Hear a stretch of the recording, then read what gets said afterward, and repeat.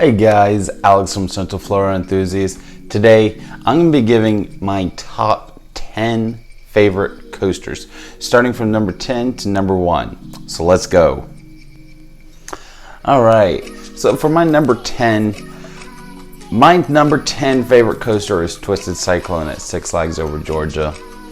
And I think the reason why I have this ranked so highly is there might be other coasters that are more deserving of that number 10 spot, but that was my first RMC. Before last year, I had never taken a coaster trip. I just couldn't afford it. Well, I either could afford it or just didn't have anyone to go with. Wasn't really until this year until I really started traveling. But with that being said, everything I remember on this coaster was every single airtime hill you will have a bruise from. That wave turn is hands down my favorite wave turn to this day. I like it better than Steel Vengeance's wave turn. I like it a lot better than Lightning Rod's wave turn. I did ride Lightning Rod at the beginning of the season, but so that might play a factor, but the second we started coming out, there's not an ounce of floater on that ride. Everything is just absolute ejector versus like Lightning Rod's wave turn. It's a little floater, and towards the end ejector. This ride, it's ejector all the way through that turn. The reverse Cobra roll is a fun element, but probably actually one of the weakest parts. My favorite part on this ride actually comes after the wave turn, is that airtime hill with the overbank followed by that other airtime hill. Those were two incredibly strong moments of airtime. Probably still to this day one of the most intense airtime moments I've ever experienced. So Twisted Cyclone, that's my number 10. Coming up at number 9 is actually Raptor at Cedar Point. I heard a lot of things about this ride coming into it. I heard that it was rough, it wasn't rough, it was incredibly forceful, it was not that forceful. And I also heard that if you get a trimless ride, it is a legendary experience. And luckily, my experience on this ride was indeed trimless. I did not hear a single trim on that mid-course. And that second half, I mean, it's 2 months later. And that helix, my legs still feel kind of weak. I mean, that, a little bit of an exaggeration, but that was probably some of the strongest positive G's I think I have ever seen. A lot of people talk about Montu being positive G heaven, and to be entirely honest, like, yes, that whole layout does have a continuous amount of positive G's, although that one particular moment on Raptor was incredibly strong. It is indeed the strongest positive G's outside of I-305 I've ever experienced. So that's Raptor at number 9. So coming in at number 8 is Tennessee Tornado. This was a ride that was seriously underhyped. Hardly anyone told me that it was a top 10 ride. A lot of people said it was like top 15, top 20. This was definitely a top 10 worthy ride. Just like Montu or even Kumba, this is one of those rides where once you feel G-force, it continues the G-force the entire ride. It brings you up to a crazy level of G-force, and it keeps you there the entire time. Absolutely incredible. The vertical loop shouldn't even be called a vertical loop. It is, it's very different. when you come up it, you kind of bank to one side, so you kind of get laterals along with the regular loop forces getting shoved into your seat in very high positive G's. And then the other side, you kind of bank to the other. It's a very weird but awesome element. The only downfall of this ride is that it is a very short ride. But anyways, number 8, Tennessee Tornado. Number 7 is actually my favorite ride in all of Florida. It's Kumba. And let me tell you, this is everything an old school B&M should be. The reason why it's Kumba and not Montu is that I feel like the positive G's are a little bit higher on Kumba. And then also that 0G roll is just the whippiest version I've ever experienced. Also, this is also another one of those rides where it's this high up for very sentimental reasons. This was truly the ride that made me an enthusiast. I remember, as most of us enthusiasts know, B&M hypercoasters, typically speaking, haven't been very popular for enthusiasts. Usually the general public, the GP, usually they're the ones who like these kind of rides. And I remember back whenever I was GP, I remember riding SheiKra, and I of course, being a GP, fell in love. And then I rode Kumba, and I got a night ride on Kumba. And I almost remember feeling guilty for liking it, because literally everyone else was saying, no, this is like the best ride ever made, and blah, blah, blah. I'm like, I think I like Kumba more. And that just really molded me into the enthusiast I am today. I also, like, first time I actually met an actual coaster enthusiast was in line for Kumba, and we were talking about if Gwazi should be RMZ'd. This was like 4, 5, 6 years ago. Yeah, about 5 years ago, 2014. And well, obviously it is. So like this ride, it just has so much sentimental value to me, on top of the fact it is just non-stop G-forces. As soon as you hit the bottom of that first drop, it continues those G-forces. The only flaw with Kumba is the mid-course hits a little bit too hard, and even still, that second half is more than adequate with how forceful it is. So, number 7, Kumba. All right, so number 6, Twisted Timbers. I just remember walking away from this ride thinking, this airtime is, I mean, once again, an RMC with just violent airtime. First and foremost, let's start from this top, literally, the barrel roll drop. That drop is so much fun. Personally, I think I would take a regular drop over it, but it does provide some excellent hang time. Those 3 back-to-back airtime hills, absolutely incredible. I love those airtime hills. This is a very violent ride. I think there's 2 more RMCs on this list, spoiler alert. I think one of them is higher up, because I think I've really come to prefer train coasters, usually speaking, over just a regular coaster in a field. I think that's the only thing that really could have made that ride a little bit better. Other than that, the ride presentation is absolutely incredible. And then as for complaints with this ride,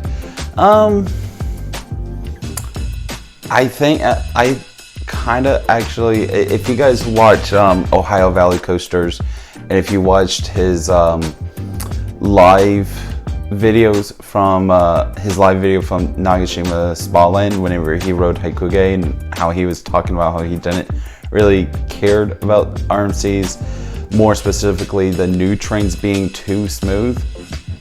I understand that now. I understand what he meant by that. I think I would compare it to a sports car, an old sports car and a new sports car. An old sports car is more, it's manual, so it's a stick shift. The steering wheel is like directly connected to the wheels rather than being like an electric hydraulic cylinder that's just completely detached like how modern cars are. The old school car, you can feel everything. You still have the same forces, but like you can feel like you're one with the machine. And I think these old RMC trains, I think I've found that you feel more one with the train than with these new trains. I think you kind of almost feel separate from it. That's probably the best way I can describe it. Other than that, it's an absolutely incredible ride with some incredible forces, with some incredible airtime. It's just a little bit too smooth. I'd like to be able to feel the wheels on the track itself. But number 6, Twisted Timbers. All right, so we got number 5. This is a big one. Unfortunately, I only got to ride it once. And number 5 is Maverick. I love Maverick. That ride is just so incredible. It once again shows exactly why Intamin is my favorite manufacturer. It's just everything is just one after the other after the other. There's not one particular element on that ride that I love more than everything else. I think it's just the mixture of world-class elements with world-class launches that really just sells this ride. If I had to pick a favorite element, I guess it would probably be that Stangle Dive. That thing has so much whip. It's just absolutely insane. I love that element. Downfalls of the ride. I had before I had rode Maverick, I had been saying those are the lift hill. Those are LSM motors. They launch you up. It's a launch. No, it's a lift hill. It's a LSM lift hill, and I wish it launched you faster. I really do wish it launched you a little bit faster, or even launch you kind of slowly, and then as you get to the top, it then launches you to the regular speed. Maybe something like that, or even a potential top hat, maybe. That would have been cool, but I am perfectly fine with what we got, because what we got is one of the best rides ever. This is going to be a hard one to top in terms of other rides trying to get to number 5, but that's number 5. Number 4, Fury. This ride is just balls to the wall craziness. This is still to this day the best drop I have ever experienced, and is one of the best nighttime experiences I've ever had. This ride is just absolutely incredible. You're crossing the North Carolina, South Carolina border at like 70 or 80 miles an hour. I remember coming into this ride like joking about like a South Carolina state trooper just hanging out on the border by the ride.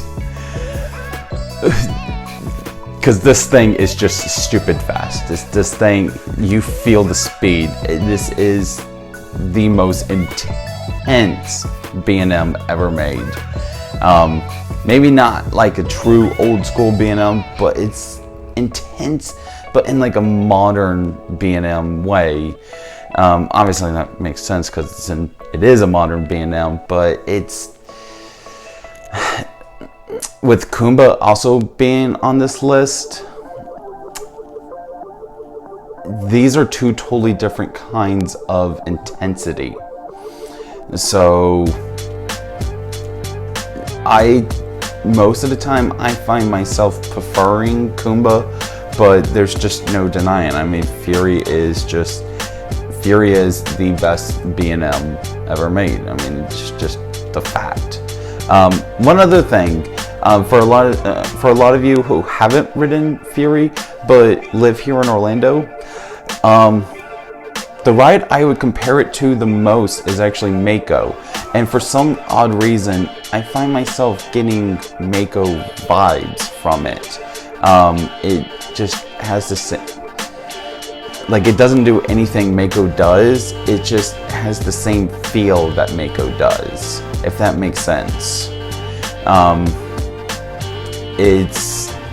It really is one of the best coasters ever made. Even though it's not my personal number one, I completely understand why it won the Golden Ticket Awards. I do see this being the next Millennium Force in terms of it's gonna win the Golden Ticket Awards for the next like 16 years straight. But we'll see. But it's deserving of that status for now. Anyways, number 4. Number 3. This is probably my most controversial opinion. I've talked about it before in these videos. And this is probably gonna piss some people off. It's Steel Vengeance.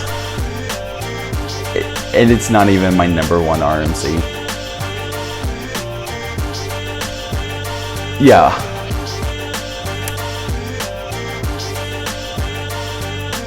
Why is it my number 3 and not my number 1 like every other enthusiast on the planet? Let me tell you. And it's the same reason why I said I was disappointed with Twisted Timbers initially. It is a fantastic ride. It is a very intense ride. The airtime has its moments.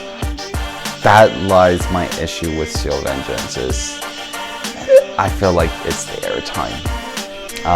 The airtime is violent. You will have bruises. You will be in pain. And I like that. That's awesome. But with the exception of those first 2 massive sustained ejector airtime hills, it's all pops. It's just tiny little pops. That's all it is. Tiny little pops of ejector. You're back in your seat as quick as you left it.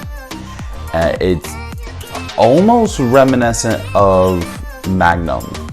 Maybe I'm just weird and I have a different build and I guess I wrote it wrong or something, but or everyone else gets sustained ejector, but I don't know what it was. Also, like I've said before, I am on the larger side, so I was kind of stapled. That might play a role in it. I don't know. Other than that, I actually take back what I said about Fury. This really should be number 1 in the Golden Ticket Awards. And it really should be every other enthusiast's number 1. It's just, it doesn't do it for me. There's 2 other rides out there that I've ridden that I think are way better. So, let's get to them.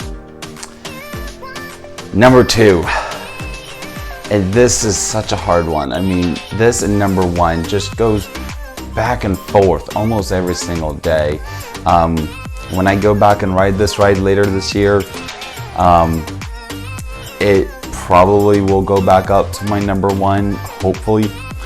And then whenever I go and ride my current number one, that will probably reclaim the title. But currently my number two is Lightning Rod at Dollywood. And this ride is just a powerhouse. It just, you are never crazy high up. You're actually extremely close to the ground the entire time. And you're just completely isolated from everything else. Meanwhile, you feel everything. You feel that contact that the train has on the tracks. You feel one with the ride. I know this is weird sounding, but it really is a thing for me. I like to feel that connection. I like to, and that's just coming from me also being a car guy as well. I like to be able to feel not in control, but it's hard to explain. And I get that from this ride. And then the quad down. I mean, that quad down is just, when that ride is hauling, you are, I mean, the first airtime hill, I remember just thinking, this is the craziest airtime I've ever experienced. And then the next one is even more crazy. And then the next one is even more crazy.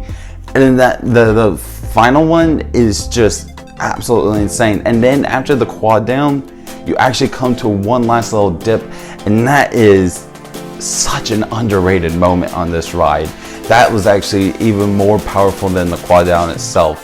And you never actually have to go up. You just, it's a quad down. If you've ever been on a double down, it's just, imagine going through two of those and have it be on the side of the mountain and have yourself enter that double down slash now quad down at an incredible speed.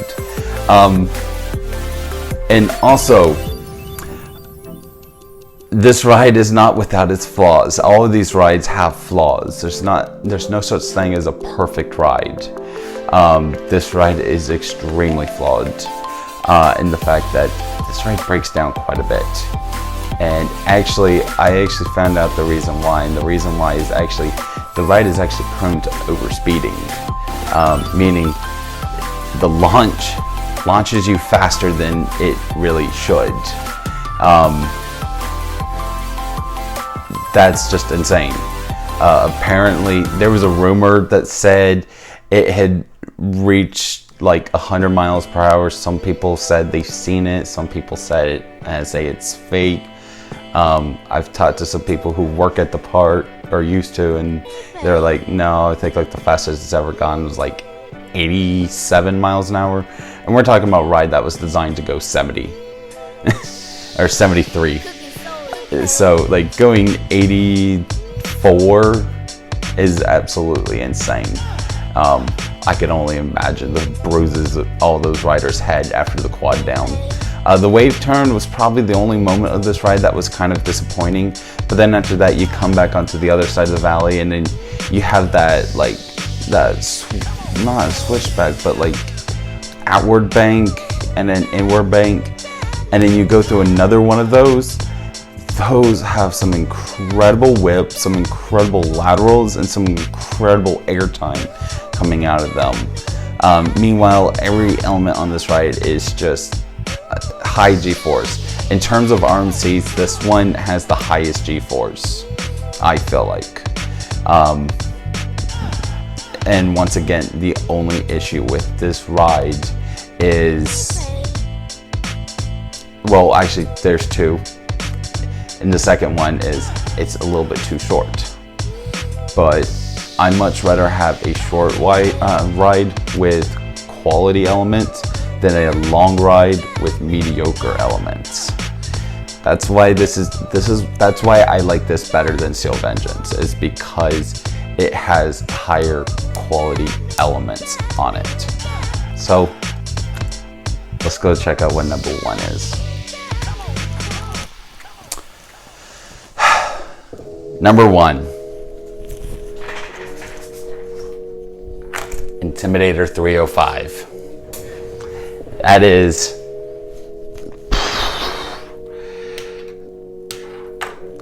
absolutely an insane ride.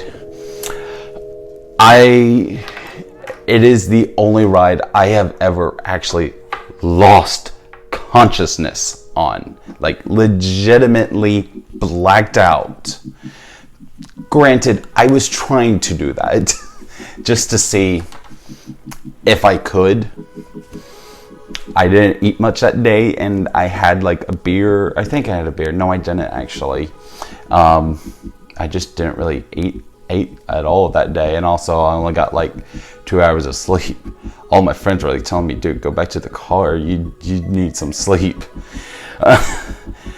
But I was like, no, I need more of this ride. And I went on and I blacked out. I blacked out on the first turn, and I woke up on that first airtime hill. And I mean, after going through that, if a ride, the number one thing that I look for in a ride is a ride that is actively trying to kill me. And in that moment, I realized, oh crap, this actually is indeed trying to kill me. If those restraints were not there, I would have been dead. And I think that's really what does it. It's the ride that rides that line of life and death. It's being able to, I don't know what it is about it, but it's just so incredibly intense. I mean, it is the most intense roller coaster ever put onto this planet. I challenge you to go and find another ride that is more intense. I'll be waiting. They don't exist. The only thing that could even remotely rival it, I guess, any of the SNS Aero Legacy 4th Dimension coasters, so like Dinocondia and Edgeninka, maybe. But even still, like, those are more insane rather than intense. I don't know. It's just, for me, it's intimate at their absolute finest. And it is more than deserving of my number 1 spot. Some days I do like Lightning Rod more, just because my only issue with I-305 is it's in a flat field, like absolutely nothing around it during the ride experience. It's just a flat, empty field filled with the greatest roller coaster ever made. Versus Lightning Rod is a terrain coaster. So like, if I'm in the mood for a terrain coaster, okay, then Lightning Rod's my number 1. But any other day, this is my number 1. Anyways, guys, thank you so much for watching. This is a pretty long one, so thank you for making it this far. Once again, thank you so much for watching. If you're subscribed, please hit that bell notification. If you aren't, please consider subscribing. Leave me a comment, let me know what I screwed up, which coaster should be number 1, and which coaster is your number 1. Also, don't forget to like this video, and anyways, thank you guys so much for watching. This is Alex from Central Floor Enthusiast. Bye.